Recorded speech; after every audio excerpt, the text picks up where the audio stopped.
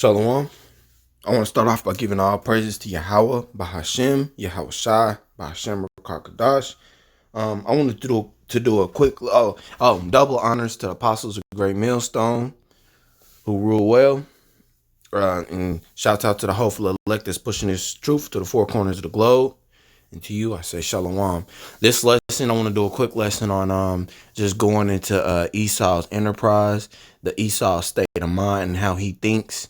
Also to go into a little bit, a tiny bit of prophecy, and let's get right into it. So, first scripture I want to get Psalms 49, starting at verse 6. They that trust in their wealth and boast themselves in their multitude of riches, their riches. Again, Esau and Esau, Edom, and the head tribe Amalek, your so-called elites, they trust in their wealth. They control the stream of wealth. They print out currency, a dollar that's backed by pretty much nothing, or you could say the labors of United States citizens. They steal, they rape, rob, and kill. They have the fatness of the earth, so they trust in their wealth and they boast themselves in great riches. Right? They boast themselves in the multitude of riches. So they, your Bill Gates, your Carl Schwabs. They flat out tell you their plans and what they're gonna do, and that they're gonna execute with your consent or without your consent. So I don't know. I don't understand why people think that, American, this is the home of the brave and land of the free, and it's not. Verse 7, none of them can by any means redeem his brother.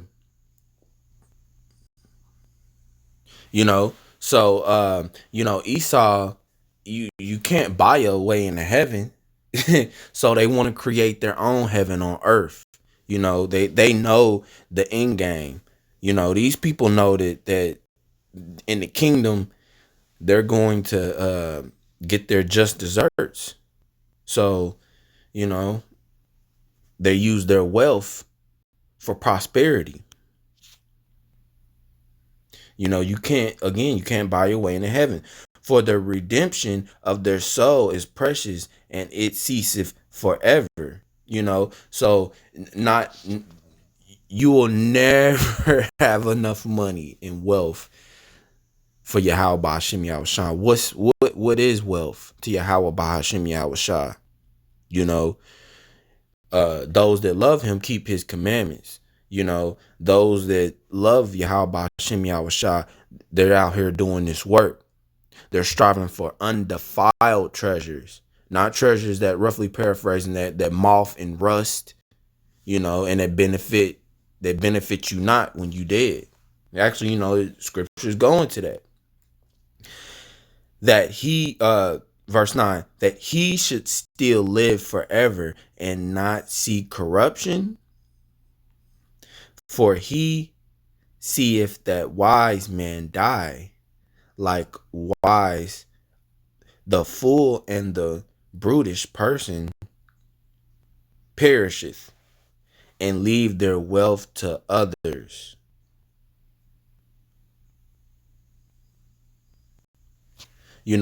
So Esau will kill off anybody that's a threat to Esau. They're gonna try to get rid of them. They're gonna try to knock them off. Hence your draconian laws. So, and we know on this end that the scriptures say they love their lives unto the death. We understand that we're going to be some brothers are going to be martyrs for this truth, which to me is an honor. That's an honor to die for Yahweh Ba'ashem Yahushua, because the scriptures say the dead shall rise first. So, they look at us as fools for thinking like that. But nah, because we seek the kingdom. You know, we set our sights on the kingdom. That's what's important. So they write us off like, we're going to die like fools, you know, and, when they passive away, they leave behind their wealth to others. They're building up, they're planning the next 50 years, they're planning the next generation. They're bringing so you got your old elites that's training them up from a young age to pretty much rule the world, right? Verse 11, their inward thought is that their houses shall continue forever. And that's why, so, they think that because they got away with so much wickedness, you know, that that they've won the battle. They're comfortable in their iniquity. They're comfortable, a little too comfortable. Because now scripture said the Lord should start to roughly paraphrasing and visit the inhabitants of the earth. The Lord's gonna visit them. They're starting to see chariots. Esau's getting scared. But the inward parts is that their houses shall continue forever, and their dwelling places to all generations. They call their lands after their own names. Africanus. I forgot. America was named after an Edomite. I forgot the actual name, but yeah, so the scriptures read true. The scriptures are jumping right off the page. The scriptures are telling you how Esau and Edom is moving and thinking, hence their inward parts. But hey, nevertheless, man being and honor abideth not. So your Carl Schwabs, your Bill Gates, they have power on this side because of their wealth, but it won't last. Their names are going to be blotted out. They're going into slavery. None of it will matter at the end of the day. And okay, he is like the beast that perisheth. Right? So, Esau, if you're not, because in Genesis it speaks that the beast of the field, so that this scripture reminds me of that. If you don't have these statutes, laws, and commandments, you are like a beast in the field. You have no order. You don't have law. So, pretty much, and we understand. We've brothers have made plenty, countless of videos on how the statutes, laws, and commandments were only given to the Israelites. Yahushua came back for his lost sheep, which was Israel. So yeah, that's another topic for another day.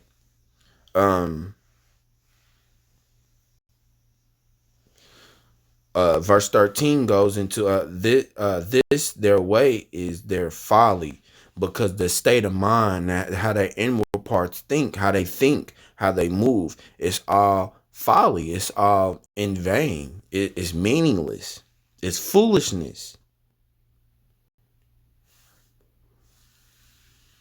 You know, there's no wisdom in it.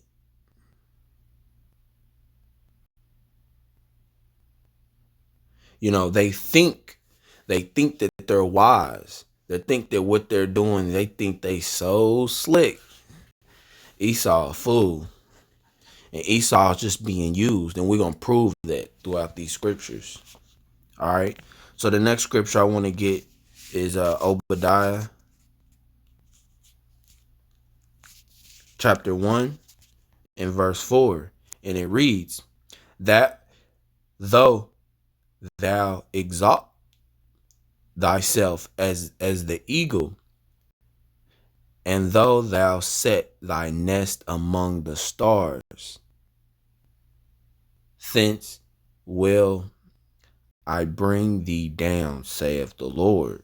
You know, So Esau and Edom, they like their dwelling places. That's why Esau and Edom likes to dwell uh in mountain. Well, back when back in King David's time, King David chased their asses to the mountains, hence, the Caucasus Mountains, Caucasians, that's their dwelling places. Esau likes to dwell in like a modern for a modern perspective, Esau likes to dwell in the high places, your skyscrapers, your concrete skyscrapers, your penthouses that's on the very top floors, so that's in his DNA to do so, right? I bring thee down, saith the Lord, and the Lord's gonna crash his whole enterprise. You're gonna be brought down low. As much as you like to sit in the high and mighty, Esau thinks he's high and mighty, but Esau's gonna be brought down, cut down, actually. It says, let's get Isaiah, Salakia. Let's get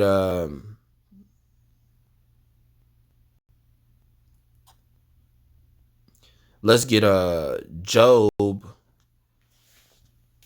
22 and 13.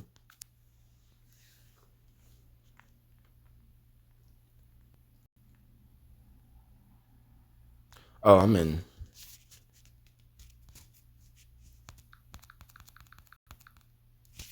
Job 22. Okay, yep, we're here now. Job 22 and 13.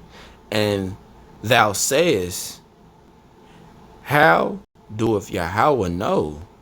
Can he judge through the dark cloud? Right, so the clouds represent Esau, because Esau does things behind hidden doors. The public does not know what Esau is really doing with his rituals, with the with the stuff with the pedophiles and spilling innocent blood. The whole public doesn't, though it's getting exposed now in this time, but the public pretty much doesn't know what Esau is really back there doing. So Esau thinks because he's not being punished at this point, his iniquity is just really, the Lord's just building that tab up to bring him down. You know, so Esau thinks that the Lord's eyes are brighter than 10,000 suns. So the Lord knows, the Lord sees, but their inward parts, they think that, because they got away with this for so long, that the Lord don't see. And also too, the dark clouds going to actually, let me get verse 14. Thick clouds are a covering to him that he seeth not, and he walketh in the circuit of heaven. Right, so the thick clouds also can go into a good way to look at this is the internet and the news outlets, the newspapers. When information is spreading, Esau is spreading information that he wants people to know. Esau is not really everything that's going on in the world is a lot of news outlets are not really speaking on, because Esau controls the source of information, the stream of information. Esau pretty much controls the internet. Not all of it, but a lot of it. A lot of things now are getting exposed, but also too, a lot of news outlets or major conglomerate news outlets are not really speaking on anything. They're talking about frivolous, pointless stuff on the news, pretty much. So the circuit of information is not being spread as it should. But Israel were said to be watchers. So that's our job, to watch and to expose Esau for his deeds. And that's what we're doing, Lord willing. Yeah, yeah. So let's jump to the next verse, which is this one's important, because this goes into a little prophecy and how pretty much how and why things are, and how Esau was given this power over the earth. So this is a very important scripture. This is Genesis 27, and let's start at. I'm gonna start at verse 38. And Esau said unto his father, "Hast thou but one blessing?" Just to give context in what's going on, uh, before Esau confronted his father, Jacob was given a blessing. He was given a blessing of the birthright. And Lord willing, I'm gonna do a part 2 of this video, and I'm gonna go into the birthright of Jacob, because right now I'm going into this video is pretty much based on how Esau's rulership, his NWO, his New World Order, right? So, yep. And Esau said unto his father, "Hast thou but one blessing? My father, bless me, even me also, O my father." And Esau lifted up his voice and wept. He's crying and pleading and begging. Father, where's my blessing? Where's my blessing? So this was his blessing. And Isaac, his father, answered and said unto him, "Behold, thy dwelling shall be the fatness of the earth, and the dew of the heaven from above." So Esau's gonna be given the riches of the earth. He's gonna be given the control over the resources, over gold or natural resources, so to speak. The gold, uranium, silver, copper, water sources, the cleanest water. Esau's gonna get the best shit, the most beautiful, lavish homes, paradise, mansions. Esau's living it up. He's got it good. Also, too, he was also given another blessing. In verse 40 goes into that, and by thy sword shalt thou live. So Isaac is telling him, you're gonna get everything by murder. By killing. That the Lord created Esau to be his sword. Pretty much. Thou live and shalt serve thy brother. And